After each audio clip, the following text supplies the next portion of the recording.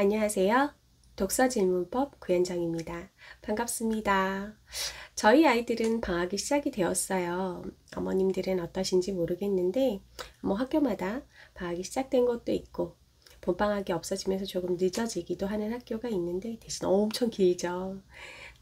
그런 방학 동안에 무엇을 하면서 보내야 할까 여러 생각하실 텐데 무엇보다 그 시기에 지식도 많이 쌓아야 하지만 그런 지혜와 경험도 많이 쌓는 시간 되었으면 좋겠습니다. 무엇보다도 그런 지혜, 간접 경험 하는데 책만큼 중요한 것이 없다고 생각을 하고요. 책을 읽을 때 엄마와 함께 이야기를 나누면서 더 큰 소중한 경험들을 안고 갈 수 있는 그런 친구들이 되었으면 좋겠습니다. 오늘 우리 아이들에게 읽혀주면 좋겠다 싶은 책 가지고 왔는데요. 바로 마사코의 질문입니다. 마사코의 질문은 수상작이기도 하고요. 또 굉장히 교과서에 실려서 우리가 생각을 많이 해볼 수 있는 그런 지문으로도 나옵니다.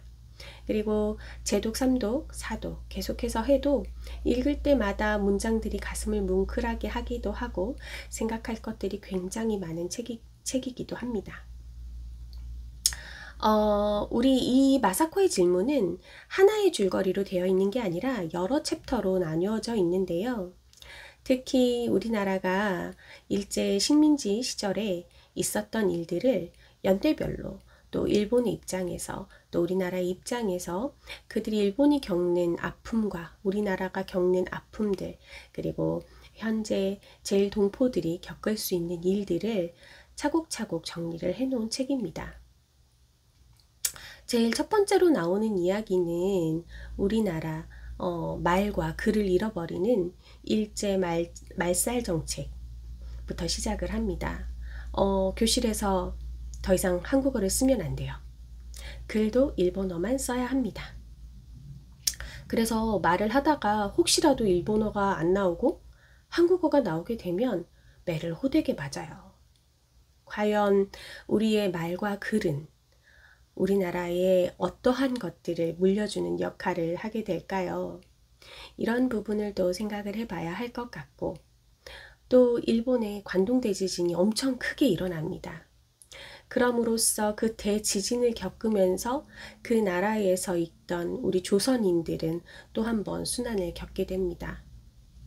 그래서 엄청나게 많은 사람들이 또 죽게 되지요. 그 다음에 윤동주 선생님의 이야기를 살짝 섞은 생체실험 이야기가 중간에 나오기도 합니다. 정확하게 생체실험이다 라고 이야기가 나오지는 않지만 아마 그런 이야기일 것이다 하고 우리가 느낌적 느낌으로 알 수 있는 그런 이야기들도 섞여 있고요. 또 뒤로 가면 우리 일본에서 사는 제1동포들이 미국에 의해서 일본도 피해를 입은 거다.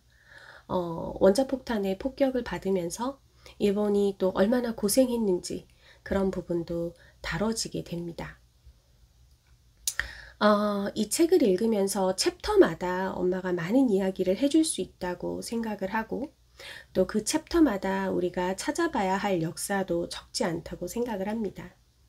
그러나 역사만 보기에는 문장이 또 굉장히 아름답고 생각을 해보아야 할 굉장히 소중한 문장들이 많은데요. 이 책을 다룰 때 어떤 문장이 너는 가장 기억에 남았는지 한번 설명을 해주시면 같이 이야기를 나누면 가장 좋을 것 같습니다. 자, 그러면 이제 우리 아이들이랑 어떤 이야기를 나누면 가장 좋을까요? 그래서 질문 3가지를 제가 들고 왔는데요. 첫 번째 질문입니다. 일본의 침략 때문에 조선과 대한민국 국민이 아픔을 굉장히 많이 겪었죠. 역사를 기억하지 않는 한 계속 역사는 반복되게 되어 있습니다. 우리가 세계 강국들 속에서 다시는 침략을 당하지 않고 당당하게 살아갈 수 있는 방법은 무엇이냐? 한번 물어봐 주셨으면 좋겠어요. 이건 어른들한테도 굉장히 어려운 질문이죠. 정권이 바뀔 때마다 친일을 하느냐, 친중을 하느냐, 친미를 하느냐, 사실 굉장히 많은 선택지에 놓여 있고, 대한민국은 지금도 외교 정책에 대해서 굉장히 고민을 해야 하는 나라입니다. 지리적으로 굉장히 많은 나라들 속에서 발받침이 되는 나라이기 때문에 힘을 계속해서 길러야 하고, 어떤 쪽으로 힘을 더 강하게 길러야 이 작은 나라 대한민국이 다시는 침략을 당하지 않고 자유민주주의를 주장하면서 우리의 주권을, 우리의 국권을 잃어버리지 않고 굳건히 살 수 있는지 아이들과 한번 이야기를 나누면 좋겠죠. 문화강국인 대한민국이니까 문화에 있어서, 또한 기술도 엄청 발전된 나라이니까 기술로 있어서 여러 가지로 우리나라가 더 힘이 세지면 그런 나라들 속에서 당당하게 살 수 있지 않나, 뭐 이런 이야기를 한번 나눠보셔도 좋을 것 같습니다. 두 번째 질문입니다. 일본인들도 원자폭탄으로 인해서 피해를 굉장히 많이 입었어요. 그들은 자신이 미국에 의해서 큰 사고를 당한 피해자라고 생각을 하고 있죠. 또 그 나라의, 그 일본이 다른 나라에 피해를 준 거에 대해서는 또 진심을 다해서 사과하지 못하고 있습니다. 일본이 제대로 된 역사를 배우지 않아서 이런 일이 생겼다고 저는 생각을 합니다. 과연 일본에서는 왜 역사를 가르치지 않을까요? 왜 대한민국의 독도를 일본 땅이라고 할까요? 왜 일본인은 자신들이 여러 나라에 피해를 준 거에 대해서 정확하게 인지를 못하고 있을까요?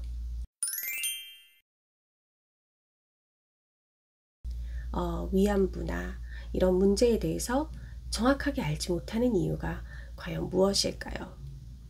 사실 이런 문제는 대한민국도 다른 나라를 지원하러 가면서 아프게 한 역사들이 종종 있습니다. 우리도 잘 모르고 있는 역사들이 있기 때문에 이 부분을 뭐 당당하게 말할 수 있다, 이거는 아니지만, 우리가 역사를 통해서 배우고 진정으로 잘못한 것에 대해서 우리의 선조의 일이라 하더라도 참회하고 다시는 이런 일을 반복하지 않기 위해서 우리는 어떠한 외교를 맺어야 하는지, 어떠한 사과를 해야만 진심으로 하게 되는 건지 가르쳐야 한다고 생각을 합니다.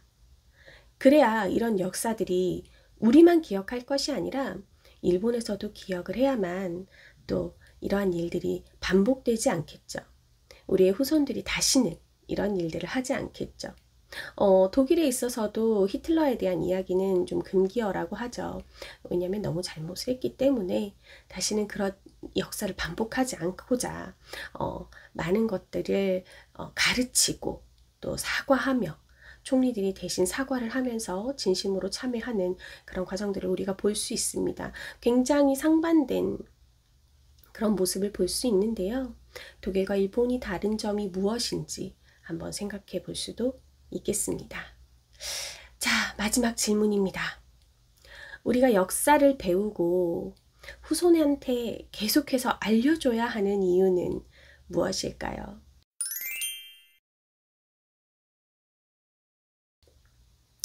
역사를 잊은 사람들에게는 미래는 없는 것이라는 이야기를 자주 들어보셨을 거예요.